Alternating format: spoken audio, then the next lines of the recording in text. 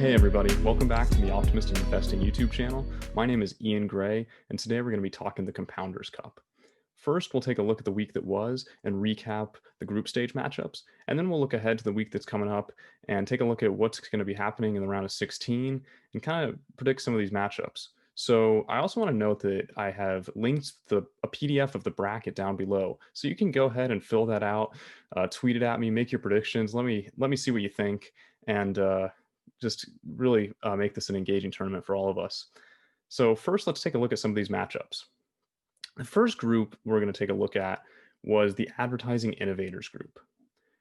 In this group, Pinterest took first place and Digital Turbine took second place, and so they'll be moving on in the tournament. I think both these companies are really doing a lot of innovation in this advertising space. I think Pinterest, with its social media model that pulls people to the site who oftentimes are actually looking for advertisements. They're looking for things to add to their parties. They're looking for different cute ideas to use or ways to spruce up their house. And so it's really, I think, a really prime advertising platform. Also, Digital Turbine in this group is another interesting company with its belief that the phone is really the most valuable piece of real estate in the world. It's a piece of digital real estate.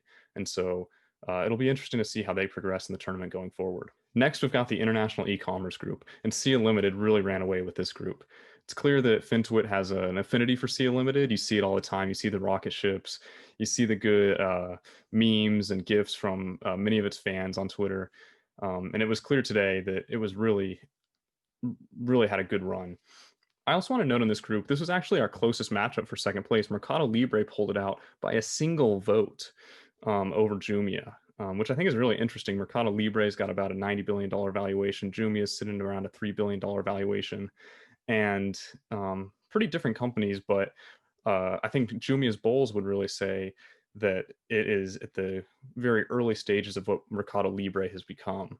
But there's definitely a lot of risk there. It'll be interesting to see how it plays out over the next couple of years. But Mercado Libre is moving on to the round of 16. Now let's take a look at the Modern Healthcare group. I pointed this one out in the earlier video as a group that I found really intriguing. A lot of small companies, a lot of intriguing companies in this group. Teladoc Health pulled it out with NNOX following fairly closely behind. They'll both be ranked fairly highly in the upcoming bracket. But again, some interesting companies and ones to keep on your watch list.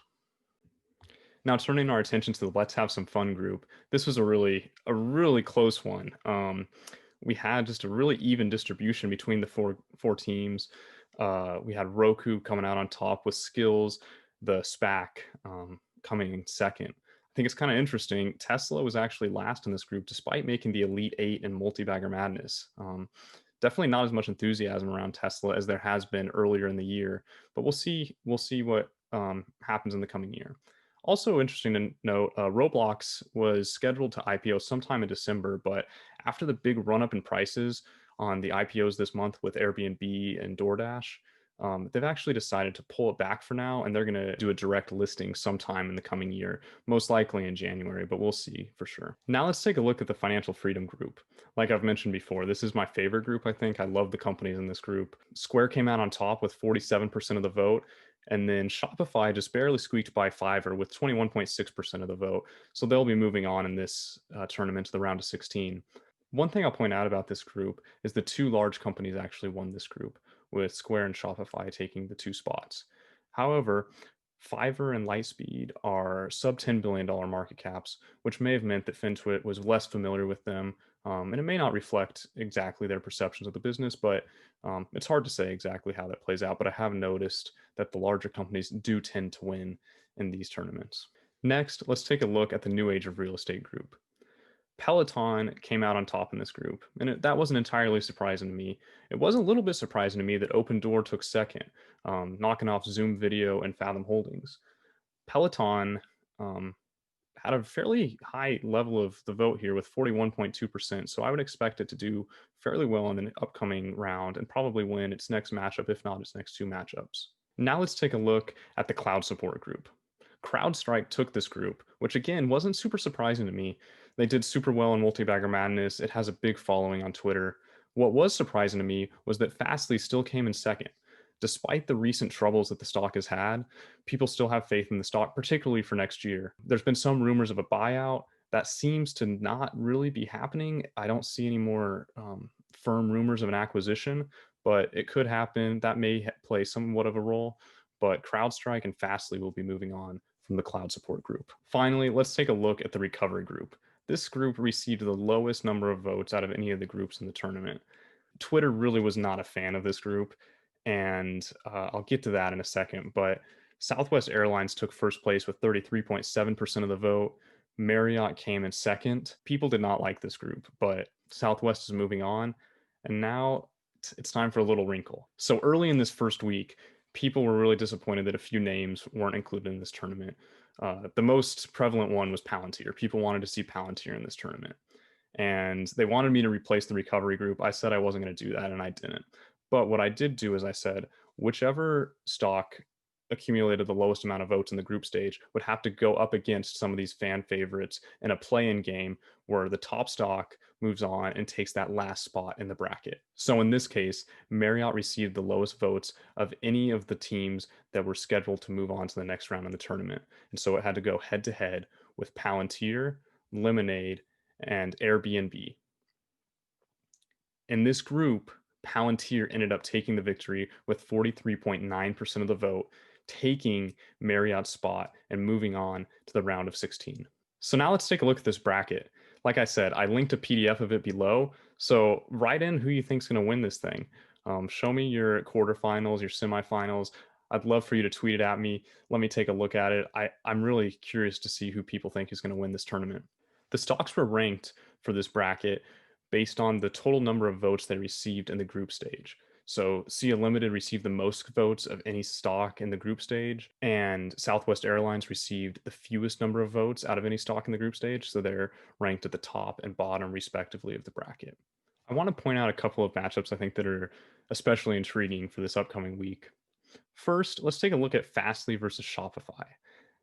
To me, that's just a really intriguing matchup because Fastly was the winner of Multi-Bagger Madness, and there's been a lot of enthusiasm about the stock this year, and it made it out of the group stage, which, like I said, surprised me a little bit, but it's going up against Shopify, which has just had a monster year, growing revenue at near triple-digit rates, and really seems to have a lot of runway ahead of it. So I'll be really curious how voters end up going, which way they lean on that, and whether it's going to be, I kind of expect it's going to be a close matchup, but I've been wrong before. It could be a blowout. We'll see. The other matchup I'd like to point out is the Skills versus NNOX matchup.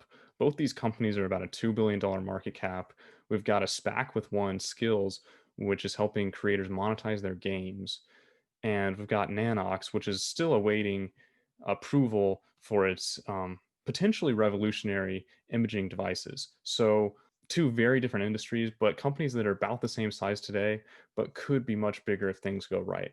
I got a couple of requests for some sort of stat sheet that people could take a look at and compare different metrics across all of these different companies and stocks. So here's the list. We've got the companies seeded 1 through 16. I'll tweet it out so you can take a deeper look at it.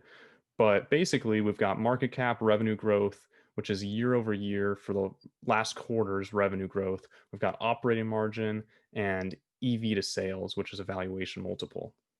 One thing that you'll notice is that many of these companies have near triple-digit growth rates in the past year over year in the past quarter. So really high growth companies, which typically do have the best chance of providing some of the best returns in the coming year, but they also, as you can see, have extremely high multiples. And so it's something to keep an eye on.